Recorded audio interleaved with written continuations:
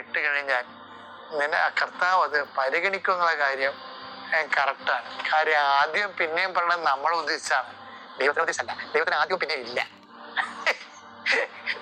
അതൊന്നുമില്ല ഒരാളായത് കാരണം സമയത്തെ ബന്ധമായിട്ട് ഒന്നും പറയാൻ പറ്റില്ല. അതുകൊണ്ട് നമ്മൾ എവിടെയെങ്കിലും റെക്കോർഡ് ഇട്ടാൽ അത് നമുക്ക് ഭാവിയാകും. ദൈവത്തിന് അത് പോകുന്നത് നല്ല സാക്ഷ്യങ്ങൾ കീപ്പ് ചെയ്യാൻ. ഇപ്പൊ നിങ്ങൾ എന്നോട് ചോദിക്കും, അച്ഛൻ എന്താ ഉദ്ദേശിക്കുന്നത്? ഞാൻ ഒരു കാര്യം പറയട്ടെ.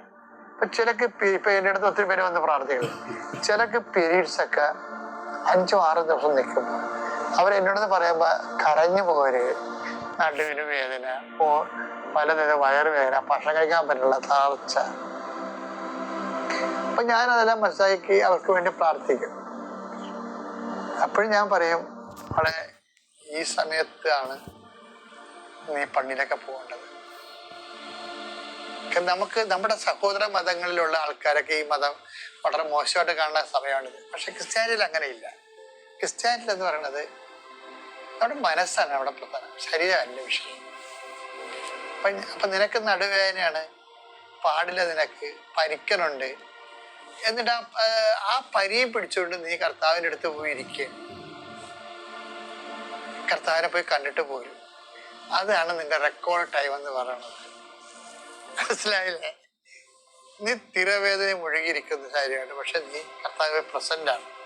അപ്പൊ ചില അയ്യോപാവികൾക്കുള്ള ഗുണം, അവർക്ക് എന്തെങ്കിലും മൂടുകഴപ്പ, വിഷമോ, വേദനയൊക്കെ ഉണ്ടാകാൻ വേണ്ടി അത് കാത്തിരിക്കാനും, കുർബാന കട്ട് ചെയ്യാനും, കുടുംബ പ്രാർത്ഥന ഇല്ലാതിരിക്കാനും. ഈ പന്നികളെ എല്ലാം ഇവർക്ക് സെൻസർ ഇല്ല, എല്ലാത്തവർക്കും കുഴപ്പമാണ്.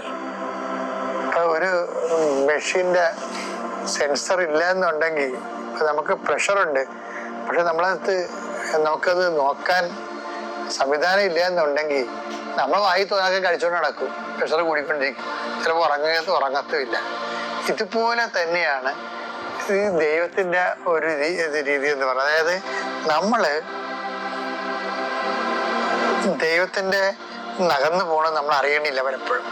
പലപ്പോഴും നമ്മൾ എന്തെങ്കിലും ഉടായ്പകൾ പറഞ്ഞ് ഇന്ന് പാടില്ല, ഇന്ന് ഭയങ്കര ടയേർഡായി പോയി, ഇന്ന് മുഴുവൻ അലക്കായിരുന്നു, അതുകൊണ്ട് ഒരു സ്വർഗസ്ഥനായത് നമുക്ക് ഒരു രഹസ്യം മാത്രം ചെല്ലാ മതി എന്നൊക്കെ പറയത്തില്ലേ? അപ്പൊ നിന്റെ ഭർത്താവിന്റെ തുണിയാ, മക്കളുടെ തുണി അലക്കിയാണ് പറയണതൊക്കെ. ദൈവത്തിനോട് പണി കൊടുക്കണതേ.